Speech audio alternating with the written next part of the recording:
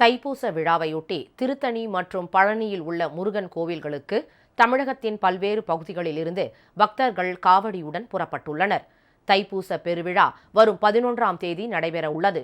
இதையொட்டி பழனி முருகன் கோவிலில் நடைபெறும் சிறப்பு பூசைகளில் பங்கேற்பதற்காக தென் மாவட்டங்களின் பல்வேறு பகுதிகளில் இருந்து முருக பக்தர்கள் காவடி எடுத்து நடைப்பயணமாக புறப்பட்டுள்ளனர். குன்றக்குடியிலிருந்து 329 சர்க்கரை காவடியுடன் ஏராளமான பக்தர்கள் 21 நாள் நடைப்பயணமாக பழனிக்கு சென்று கொண்டிருக்கின்றனர். திண்டுக்கல் மாவட்டம் நத்தம் பகுதிக்கு வந்தடைந்த பக்தர்கள் அங்குள்ள மாரியம்மன் கோவில் அருகே உள்ள காவடி மடத்தில் சிறிது நேரம் தங்கி இளைப்பாறினர். மகேஸ்வர பூசையில் பங்கேற்ற பின்னர் அரோகரா என முழக்கம் எழுப்பியவாறு பழனியை நோக்கி மீண்டும் அவர்கள் பயணத்தை தொடங்கினர்.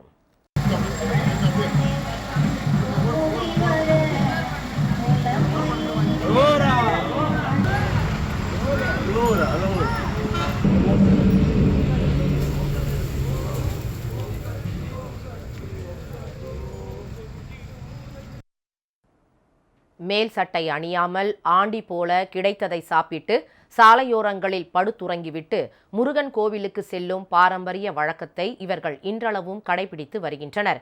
இதேபோல் தேனி மாவட்டம் ஆண்டிப்பட்டி அருகே உள்ள சக்கம்பட்டியில் வசிக்கும் மக்கள் பழனி முருகன் கோவிலுக்கு நடைப்பயணமாக புறப்பட்டுள்ளனர். ஆண்டுதோறும் பழனிக்கு செல்லும் போது மாரியம்மன் கோவிலில் உள்ள 3 அடி உயர வேலை நடைப்பயண குழுவினர் கொண்டு சென்று பின்னர் திரும்ப ஒப்படைப்பது வழக்கம். ஆனால் இந்த ஆண்டு இந்து சமய அறநிலையத்துறை அதிகாரிகளின் வேல் வழங்க மறுப்பதாக கூறி பக்தர்கள் வாக்குவாதத்தில் ஈடுபட்டனர்.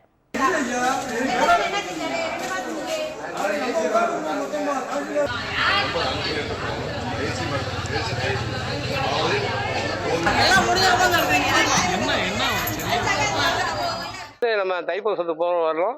நம்ம வேலை இங்கே மாரியம்மன் கோயிலை வச்சு தான் பயன்படுத்தி வரோம். இப்பயுமேவும் 1ஆம் தேதி நான் லெட்டர் கொடுத்தேன், எடுத்தெல்லாம் வச்சுட்டாங்க. இப்போ நான் இன்னைக்கு போகாமல் நின்றுருந்தா 1000 பேர்த்துக்கு அன்னதானம் பண்ணுறது நின்று போகும்.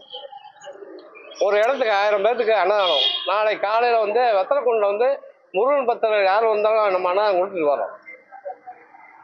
இதுக்கு ரொம்ப எனக்கு சிரமத்துக்கு உண்டாக்கிட்டாங்க. ஆண்டவன் கேட்டு கொடுப்பானா இல்லை நாங்கள் எனக்கு இந்த கவர்மெண்ட் கேட்டு கொடுக்குமான்னு நான் கேட்டுக்கிறேன். இதேபோல் திருத்தணி முருகன் கோவிலுக்கும் காவடி எடுத்தும் பால்குடம் எடுத்தும் ஏராளமான பக்தர்கள் நேர்த்திக்கடன் செலுத்தி வருகின்றனர்.